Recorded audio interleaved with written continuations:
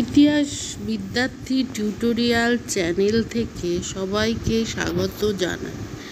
আজ আমি দক্ষিণ পূর্ব এশিয়ায় অর্থাৎ প্রাচীনকালে দক্ষিণ পূর্ব এশিয়ায় ভারতের যোগাযোগ কেমন ছিল, অথবা দক্ষিণ পূর্ব এশিয়ার দেশগুলোতে ভারতীয়দের ধর্মের বা অন্য কিছুতে ভারতীয় প্রভাব কেমন লক্ষ্য করা যায় তা নিয়ে আলোচনা করব। তাহলে আলোচনাটা শুরু করি। দূর প্রাচ্য অপেক্ষা দক্ষিণ পূর্ব এশিয়ার সঙ্গে ভারতের যোগাযোগ নিবিড়তর ছিল। এই যোগাযোগ কেবলমাত্র ধর্মীয় ক্ষেত্রেই নয়, রাজনৈতিক ক্ষেত্রেও দেখা গিয়েছিল। এই অঞ্চলে বেশ কয়েকটি ভারতীয় উপনিবেশ গড়ে ওঠে। উপনিবেশগুলিকে ভারতবাসীরা কখনো শোষণ করেনি।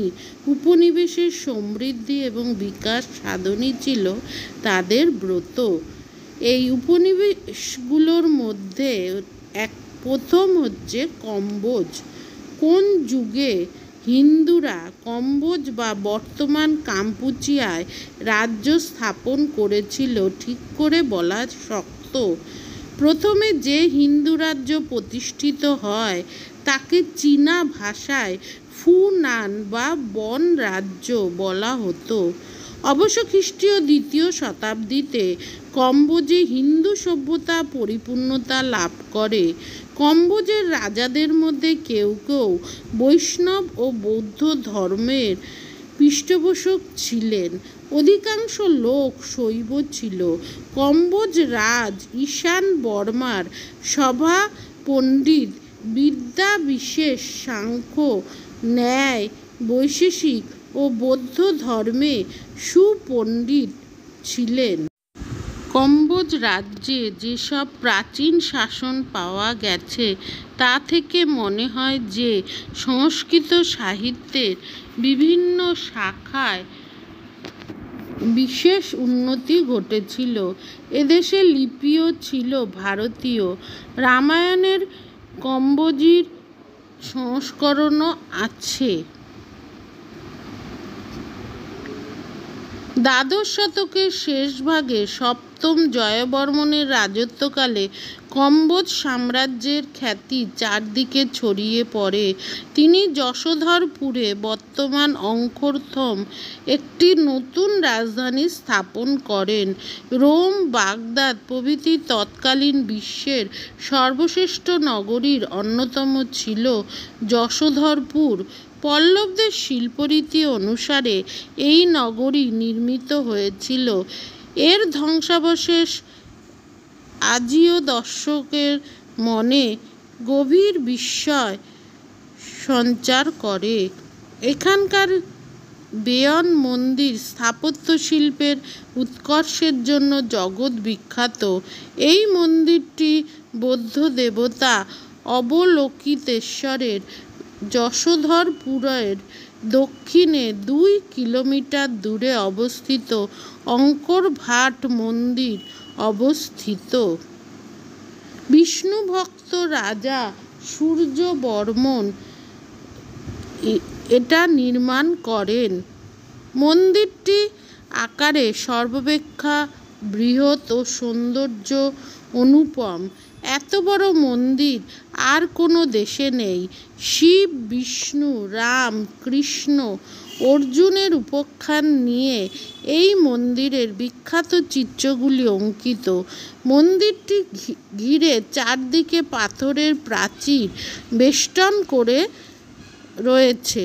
650 ফুট প্রশস্ত পরিখা।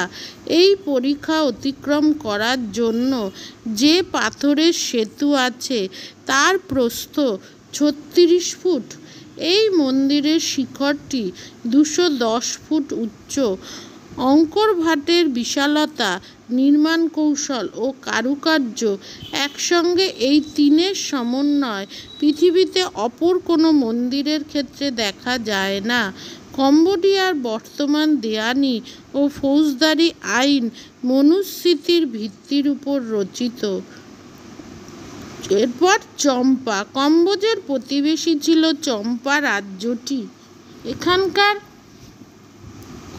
দক্ষিণ ভিয়েতনাম এবং উত্তর ভিয়েতনামের কিছু অংশ নিয়ে এটা গঠিত ছিল। এখানে ভারতীয় বণিকরা বেশ কিছু বসতি স্থাপন করেছিল। কথিত আছে তাম্রলিপ্তের বণিকরা 2য় শতাব্দীতে চম্পা রাজ্য স্থাপন করেন। প্রায় 1200 বৎসর ধরে হিন্দু রাজারা এখানে রাজত্ব করেন। এখানেও সংস্কৃতের চর্চা খুব ভালোভাবেই হতো। চম্পায় চম্পাপুর, ইন্দ্রপুর ও বিজয় প্রভৃতি প্রধান শহর ছিল। খ্রিস্টীয় 3য় শতাব্দীতে চম্পায় বৌদ্ধ ধর্ম প্রচারিত হয়, কিন্তু বিভিন্ন ধর্ম মতাবলম্বীদের মধ্যে মৈত্রীভাব অক্ষুণ্ণ ছিল। এরপর শ্যামদেশ। খ্রিস্টীয় 2য় শতাব্দীতে শ্যামদেশে হিন্দু সভ্যতা ও সংস্কৃতির প্রসার ঘটে। কালক্রমে এই দেশে বহু উপনিবেশ গড়ে ওঠে। দ্বারাবতী ছিল এই উপনিবেশগুলির মধ্যে শ্রেষ্ঠ ও শক্তিশালী। পরবর্তীকালে এর নাম হয় শ্যামদেশ। কম্বোজ থেকে বঙ্গোপসাগর পর্যন্ত এই রাজ্যের সীমা ছিল। ব্রহ্মদেশ থেকে শ্যামদেশে বৌদ্ধ ধর্ম প্রচারিত হয় এবং সুখোদয় ও অযোধ্যা নামে 2টি রাজ্য গড়ে ওঠে। এই 2 রাজ্যের রাজারা বৌদ্ধ ছিলেন এবং পালি ছিল প্রধান ভাষা তাদের। শ্যামদেশের স্থাপত্য এবং ভাস্কর্যে ভারতীয় শিল্পের প্রভাব খুবই স্পষ্ট। তবে শ্যামদেশের অধিবাসীরা পুরোপুরিভাবে বৌদ্ধ হয়ে যায়নি। তারা হিন্দু ধর্মের আচার অনুষ্ঠান, পূজা পার্বণ এবং দেবদেবীদের নিজেদের সমাজ জীবন থেকে অপসারিত করেনি। এরপর সুবর্ণদ্বীপ। সুবর্ণদ্বীপ বলতে মালয় উপদ্বীপ, জবদ্বীপ, সুমাত্রা, বর্নিও প্রভৃতি দ্বীপগুলিকে একসঙ্গে বোঝায়। প্রাচীন যুগ থেকে ভারতের সঙ্গে সুবর্ণভূমির বাণিজ্যিক সম্পর্ক ছিল। কৌটিল্যের অর্থশাস্ত্রেও সুবর্ণভূমির উল্লেখ রয়েছে। এই সকল স্থানে যেসব শাসন পাওয়া গেছে সেগুলি থেকে জানা যায় যে ভারতীয় ভাষা, সাহিত্য, ধর্ম, রাজনৈতিক ও সামাজিক অবস্থা সুবর্ণদ্বীপে সম্পূর্ণ আধিপত্য স্থাপন করেছিল। এসব স্থানে ভারতীয় লিপির ব্যবহার প্রচলিত ছিল। সংস্কৃত চর্চাও খুব ভালোভাবে হতো। শ্রীবিজয় সংস্কৃত চর্চার একটি বড় কেন্দ্র ছিল। এসব জায়গাতে প্রথমে হিন্দু ধর্ম ও পরে বৌদ্ধ ধর্মর প্রভাব বিস্তার করে। তবে বলিদ্বীপে হিন্দু ধর্ম থেকে যায়। প্রথমে সুবর্ণদ্বীপের বিভিন্ন স্থানে ভিন্ন ভিন্ন রাজা রাজত্ব করতেন। খ্রিস্টীয় 8ম শতাব্দীতে প্রায় সমস্ত সুবর্ণদ্বীপে শৈলেন্দ্র বংশের অধীনে চলে আসে। সম্ভবত কম্বোজ ও চম্পা শৈলেন্দ্র রাজ্যের অন্তর্ভুক্ত ছিল। শৈলেন্দ্র বংশের রাজাদের খ্যাতি ও প্রতিপত্তি ও ঐশ্বর্যের কথা আরব দেশীয় বণিকরাও বিশেষভাবে বর্ণনা করেছেন।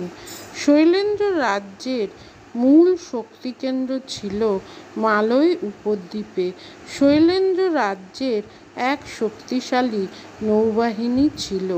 শৈলেন্দ্র বংশীয় রাজারা পূর্ব ভারতীয় দ্বীপপুঞ্জ জয় করে সেখানে একটি শক্তিশালী ঐক্যবদ্ধ রাষ্ট্র গঠন করেন।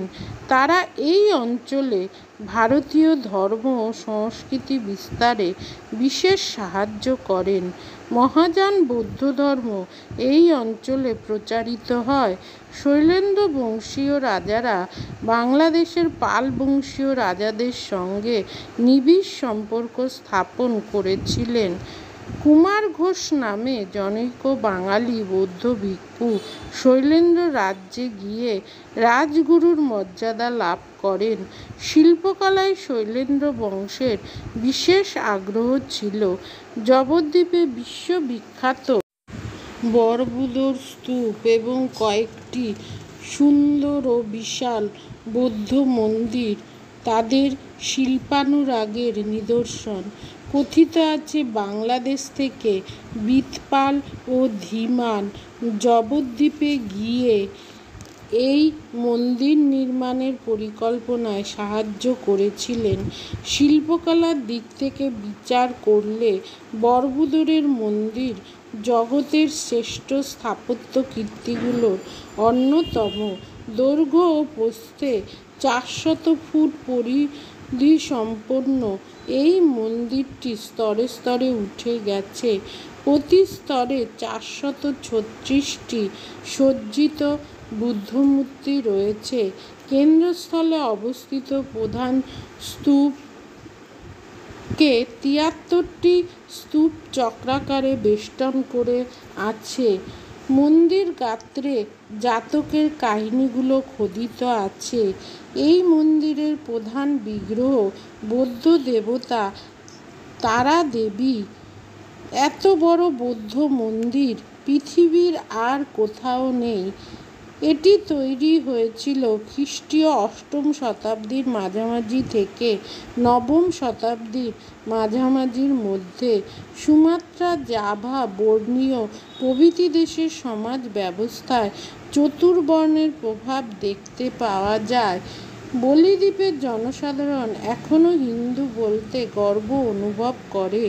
বলিদ্বীপে ইসলাম ধর্ম প্রভাব বিস্তার করতে অসমর্থ হয়। দুর্গা ও কালিকা ও অন্যান্য দেবদেবীর অসংখ্য মন্দির বলিদ্বীপে চোখে পড়ে।